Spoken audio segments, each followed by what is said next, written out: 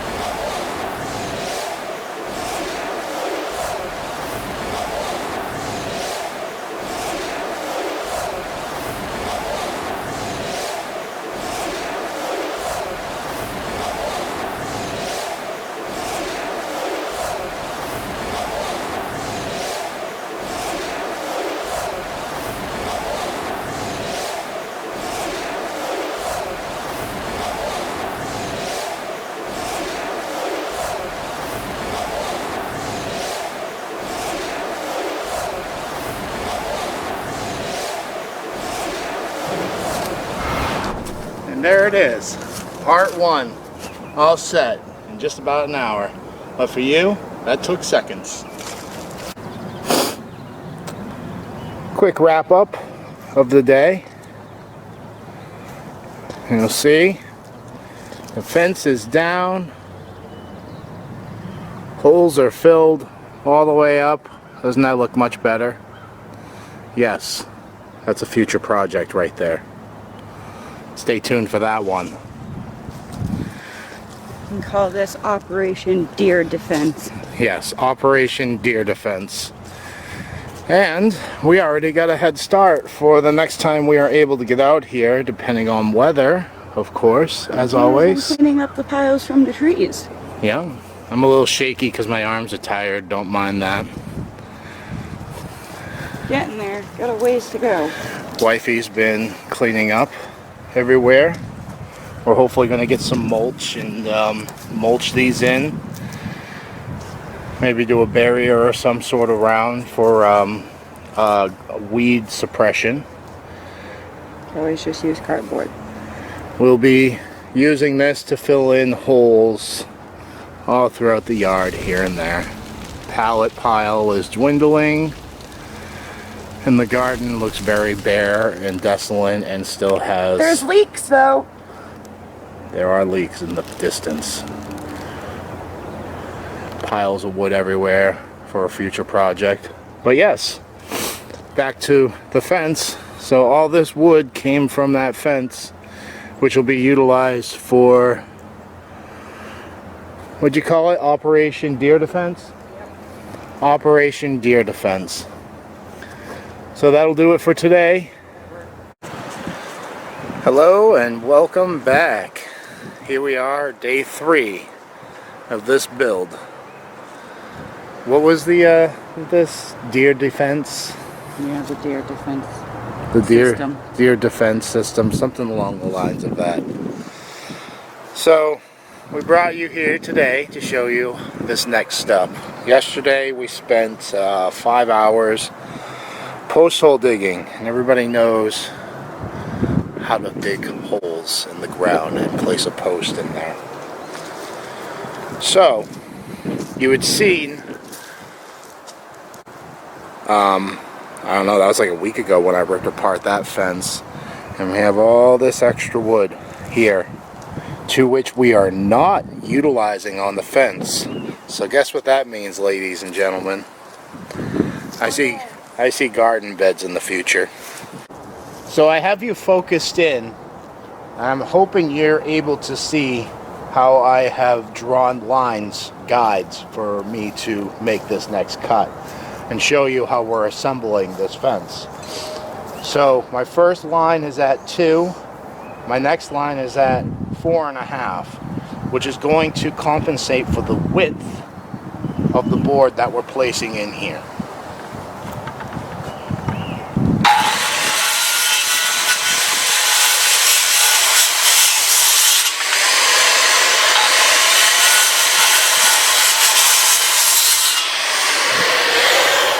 So you'll see that I've made my first 2 cuts, which is my guidelines for the next step that I'm doing here. Now, you're probably wondering how I'm going to chisel this out while it's in place in the ground. Watch this.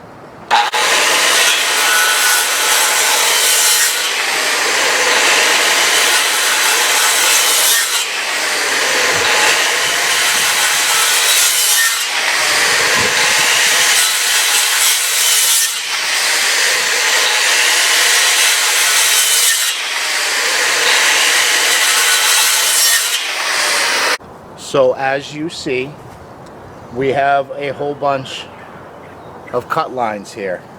You want to do it? I'm gonna try it. Oh, no, all the way up to the top. Stand aside, and then what you want to do is try to get in there as close as possible. Ta-da! Have yourself something to throw all those chunks in so you don't have to go around picking them up later.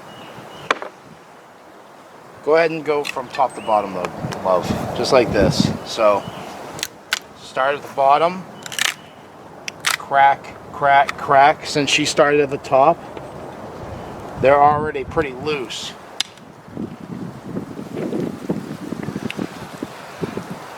Just like that. So you're gonna have some, like I was just gonna say, you're gonna have some complicated ones. You're also gonna have some jagged edges here as well. The best thing to do is to use the top and just chip it all off like so. It doesn't have to be perfect either. We're dropping screws right in this thing. Yeah, we're not about perfection here. We're about functionality. But if you take a look, just a few more seconds of time, you've just about got that to the point you need it. So on this far end, we are only bringing that board halfway into our 4x4. The reason behind that is on this side, this is our corner post. So we're going to be making another cut this way, which we're going to continue doing the same thing over and over and over. As you see, we have our board within the fence post, kind of disguising it. Now the 2-inch top, what we're thinking is getting those solar powered end caps, lights, and I think it'll look really nice out here. So what else we're going to do is we're going to continue the process down here. We're going to make another 2.5-inch cut, and this is going to be a 2-tier board. 2-tiered fence. On this side, we're going to do the same thing. Cut out our end post and continue all the way down there. Alright everyone, just wanted to show you the progress. This is the hardest part, is just getting everything level in that first corner. Then from here on out, should be a cakewalk. Wanted to give you an update. Unfortunately, the day is already getting long and we need to get ready for work soon, but we're going to try to kick this out as much as possible. So here we are, the end of day 3, and we got the smallest wall done up to the doorway, and the first and second corner done. So there's one more corner with a kind of a little turn instead of an actual corner. Alright everyone, so we skipped day 3 as far as footage went because we just wanted to get this done. We used the new boards that we purchased in the front section. We still gotta build a doorway. As you see, we finally got it done. 4 days. Look at how beautiful the buds are on this tree is. That's why we went ahead and made the fence, because we want fruit. We don't want to give it to the deer. So we have a little bit of cleanup work to do. We're waiting until it really downpours, so that way the sand can pack down in and we can do one final fill. Peach tree looks so good too. Look at all the pink blossoms. Absolutely. So it looks like we're going to be learning how to take care of fruit trees. Alright, so the next step is to build the door. So I've gotten my cuts all made to save you guys the boredom of that. And what I've basically done is made a measurement of the bottom, the top, and the two sides, and cut these exactly as I need them. So I want to have a shelf on this doorway, which is going to take a little bit more of intricate cutting, but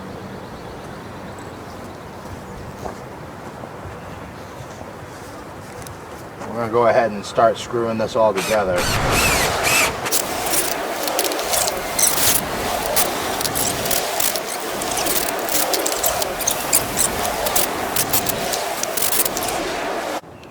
And we have our door with a nice shelf on the top, nothing extravagant, just enough for a helping hand.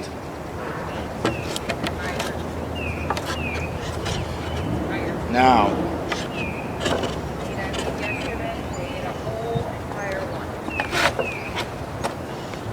it is a little off, but nothing, a little sanding won't help. And our final thing that needs to be done. Another success is from the background. They ate an entire bait. If you hear wifey back in the background, we've been going all biological warfare on these rats. And yeah, we're finally starting to get somewhere with them. So with the hinge, you want to make sure that it's going the correct way. You want your door to open. And also the amount you want your door to swing open as well. I want it to swing as open as possible. So what I'm going to end up doing is strapping this together probably like so. I might have to chisel out some of it. Let me switch this around.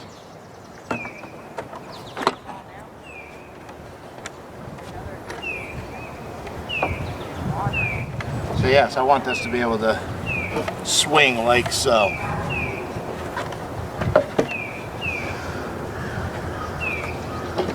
Which I will probably have to chisel some of this out.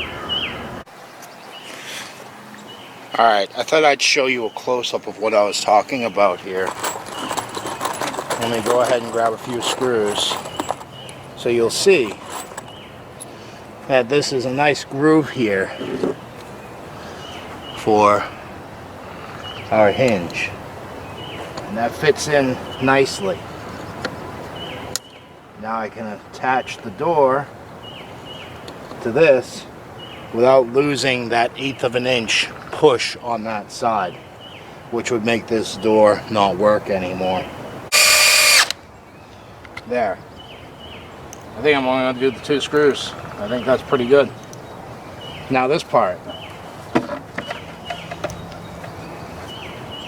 We want to make sure that this is going to be able to close. So what I need to do now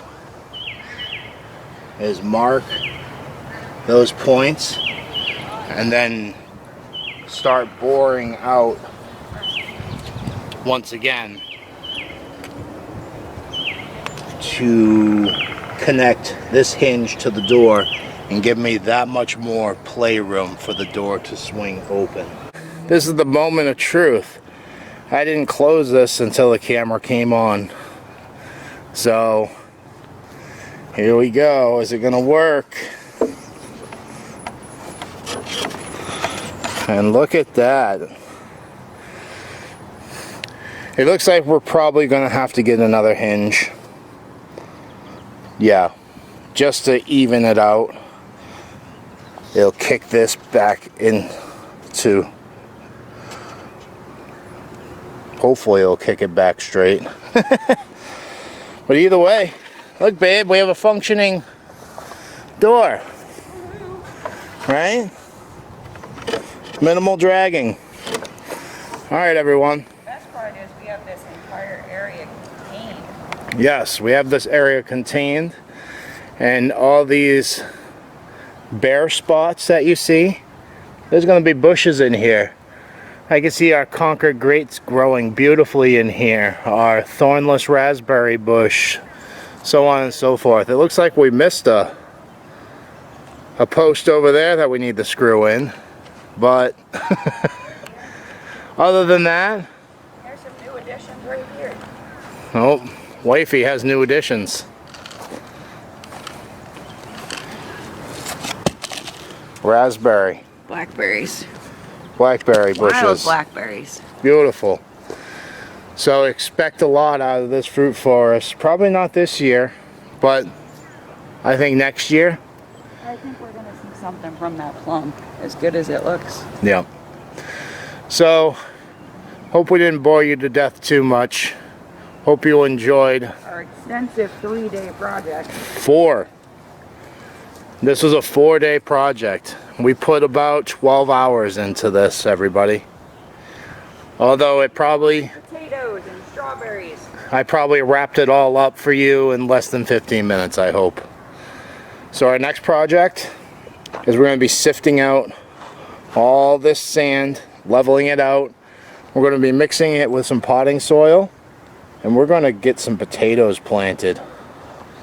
Hope you all enjoyed this long project. Peace, love, and happiness.